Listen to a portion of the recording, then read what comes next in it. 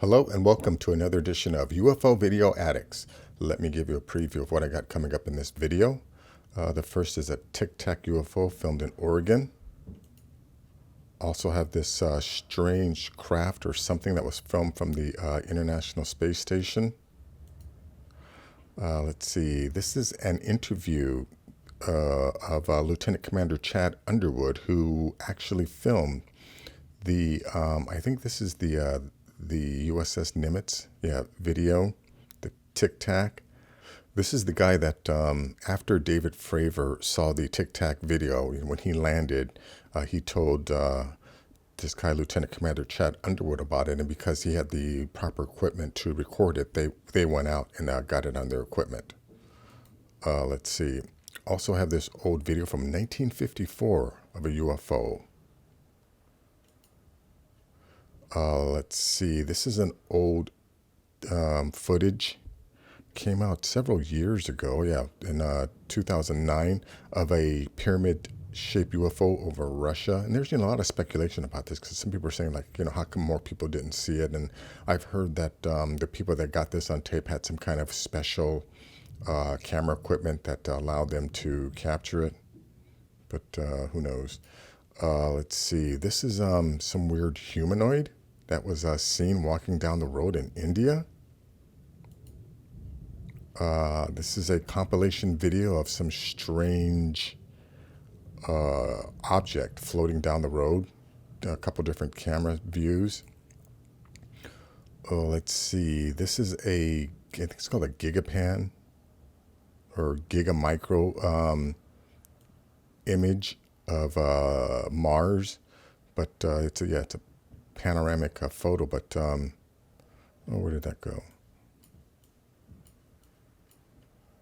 Yeah, right here. Check this out. Now, look at this thing here. I mean, is this part of the rover that landed, or is this something else? But anyways, we'll check that out. And then last is this story about these the green children of Woolpit Mystery. Apparently, this is a story about these two little kids that just appeared in this town. No one knew who they were, but they had green skin. And, the little girl eventually, when she learned to speak the language, she told them that she came from some strange place that they never heard of. But anyways, let's go to this first video here. Let me go full screen. Check out one of our neighbors.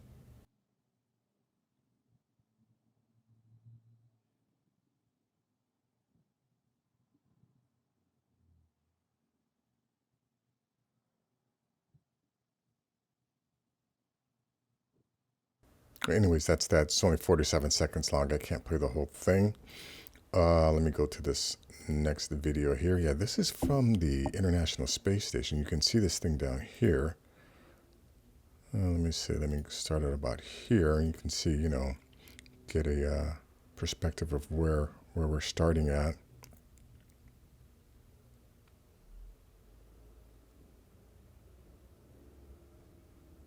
Yeah, look at that thing. Now, I don't think that that's like, one of the panels, but what, actually it could be. Now that I'm looking at that could be like a panel, but isn't it dangerous to let things like that go? Well, let's see if this thing does makes a UFO maneuver.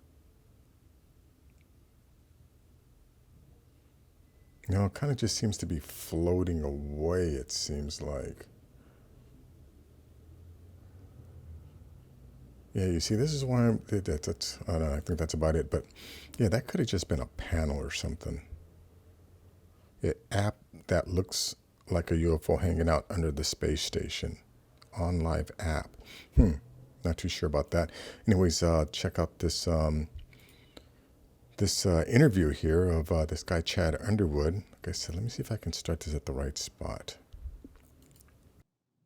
Tell me your airspeed and also your Mach number. So it should say like 0.8 Mach, for example. So, 80% the speed of sound. It should say that. It was jumping all over the place. It was like 0.8, 0.4, 0.2, 0.1, 0.9. And it's just like my radar can't hack it. And in all instances, it should be able to hack that. And then I was also receiving what they're called strobe lines, and they just basically look like lines on your radar that are indications that you're being jammed. So that Tic Tac jamming us would be considered an act of war. It's not that I'm going to go shoot down an aircraft because it's jamming me, but I'm going to report back to my boss that it's jamming me, and I've got proof of it, and that'll make its way to the Pentagon. It has consequences. It was offensively jamming us just outside international waters in peacetime operations. It's an act of war, and we're going to go out there and make you pay for that. It does have consequences. Now, imagine how often this happens. Because again, if remember, David Fravor said that the object also jammed their radar, and this guy's talking about it, jamming his radar. So then I have to assume all those other encounters that that they're now revealing, these crafts must have jammed them also. And just one little caveat: did anyone see the Joe Rogan interview of Neil deGrasse Tyson when he talks about this incident? How Joe was trying to tell him that they saw this thing and they also picked it up on their radar, and Tyson is trying to rationalize it by saying, "Oh, the sensors, what was the sensors? The sensors made a mistake." Like, come on! I mean, how douchey is that? And then there's also, I've seen again, if I see Mick Wett's name on anything, I refuse to watch it because I know he's a mental midget. So but I did see that CNN had him on to talk about the UFO of all the people, of all the other experts that they could have brought on to actually talk about it. They bring on a douchebag like Mick West, who I know that he's in the same category as Michael Shermer, and I've seen Michael Shermer on Joe Rogan's podcast a few times, and that guy's a mental midget too. So they're in the same category. Yeah, those type of people, I would never try and debate them or give them any credibility. I think they should just be treated like the douchebags that they are. But anyways, let me go on to this next video here. This is from 1954. Again, this is our military has known about these things for a very long time.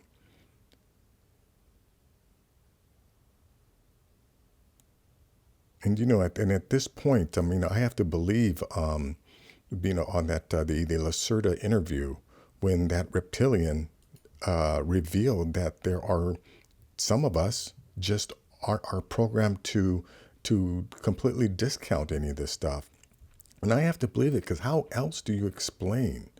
I mean, people who are considered highly intelligent. And like I said, I think to me, very intelligent people who deny the existence of UFOs I consider them to be massive morons, because they're smart and then they use their intellect to try and twist logic and perform all kinds of mental gymnastics in order to disprove reality.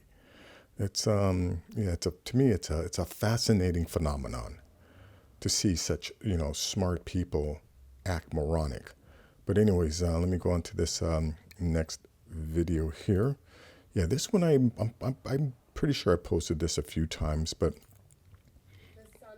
check this out. Unidentified flying object hovering over Moscow's Kremlin. According to The Sun, witnesses said the pyramid-shaped object could be as big as a mile wide.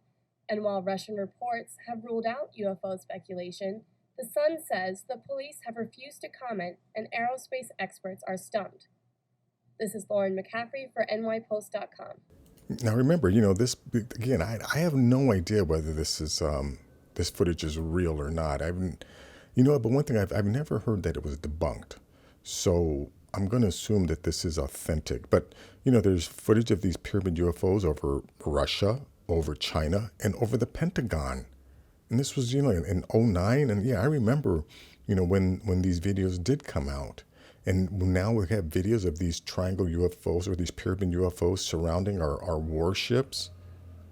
Guys, these are our neighbors. These people are not visiting. They're probably laying down the law with our leaders. But anyways, let's go on to this. Here. Check out this strangeness here. Let me go to the beginning here. This is a Reddit video, so I can play that full thing, but what the hell is that?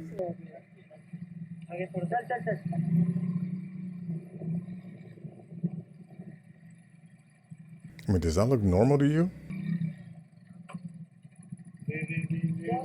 I mean, I know there's definitely in India, you know, there's those, I think the Brahmin, whatever they call them, who live a life of poverty. But does that look normal, or does that look humanoid? But anyways, link will be in the description. Let's go on to this one here. Yeah, actually, this is several different camera angles of this strange floating object. A dos soldados. Luego desapareció. Todos los militares testigos del hecho fueron interrogados, entre ellos un oficial en el puesto de control. Él asegura haber visto a un ser descendiendo junto a un poste de alumbrado. Una cámara a 400 pies captó el misterioso hecho. Look, you can see the shadow of that thing. Aunque algunos dicen que se trató de un globo, los militares niegan esta versión. Afirman que fue un ser con rostro dulce y angelical que quiso tocarlos, pero no lo hizo y se elevó frente a ellos. Podemos dar fe de la credibilidad del mismo, ya que esto ocurre en una base militar, una base donde se conservan secretos de Estado. I have no idea what he's saying, but anyways, you can see whatever this thing is, it's creating a shadow, and you can see that these guys are definitely weary of it, or aware of it. You know what? I wonder, could that be just maybe a drone with something thrown over, and someone's just playing tricks on them, or does that move? Does it move like a drone? I don't know. Anyways, I can't play the whole video. Link will be in the description. Let's go on to, oh yeah, so this is a panoramic image of Mars. You can see all of this, but I looked at some of these other things and they weren't that interesting, but this is definitely the most interesting. Again, this could be off of the rover though. But, obviously this is definitely nothing natural, something that was manufactured for sure. This looks like the top. Yeah, this looks like the top of something.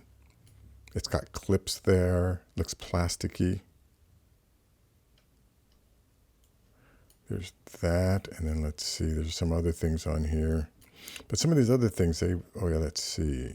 Like here, I don't know what they're trying to point out.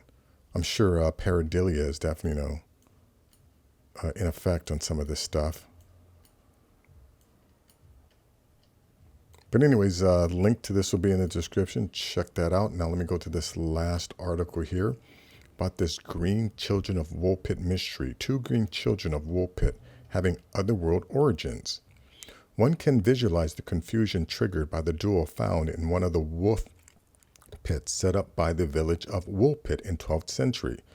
It was said that the village Woolpit derives its name from repeatedly falsifying pronunciation of wolf pits surrounding the village. At that time, wolf pits were a usual first line of defense against the wandering wildlife in the forests of rural England, especially wolves. The children of Woolpit were 2 siblings with green skin color who mystically make their appearance in Suffolk in early 12th century. The children of Woolpit were 2 siblings with green skin color who mystically make their appearance in Suffolk County in early 12th century. The unexpected appearance of the green children took place during the reign of King Stephen, who had enthroned in 1135 as per the written historical sources. Shocked villagers unexpectedly found the children standing at the edge of a field, their clothes made from unknown material, and the language they spoke was difficult to understand. The names of the children were not recorded. They were starved but didn't eat any food given to them. Warm-hearted villagers brought raw broad beans, which they ate quickly. The children lived only by eating beans for many months before they acquired the taste of bread. In 12th century, at the time of harvest, a boy and girl found in a wolf pit near the village of Woolpit. Both the children were siblings. The girl was elder than the boy. Besides their skin, their eyes were also green. The two children dressed in an uncommon style in the 12th century. Their clothes were made from unknown fabric. Both children were afraid. They were unable to understand the common language of that time and place. They talked to each other in an unfamiliar language. They were malnourished initially. They didn't consume food according to their obvious hunger because of beans, but later they were able to consume common food. The two children slowly lost green skin and became normal hue. The girl learned English and able to talk about her homeland. Then she replied, "We are inhabitants of the land St. Martin, who is judged with unusual reverence in the country which gave us birth. We are unaware. We remember that on a certain day when we were feeding our father's flocks in the fields, we heard a sound such as we are now unusual to hear at St. Edmund when the bells are chiming. And while listening to the sound in a respect, we became on sudden, as it were, entranced and found ourselves among you in the field where you were reaping. The sun does not rise upon our countrymen. Our land is little cheered by beams. We are contented with the twilight, which among you leads the way of sunrise or follow the sunset. Moreover, a certain radiant country is seen not far distant from ours and divided from it by a very considerable river." She revealed that neither of their siblings had any idea how they went in Woolpit. I wonder if there was like some kind of time warp or something and brought them out. Or maybe they were just two children raised by some wacko parent or woman and they escaped. Who knows? But anyways, the link to this article will be in the description. That's going to be it for this video. If you like things like this, please give this video a thumbs up. Please share this video. And if you're new to the channel, please subscribe. I'll have more things like this.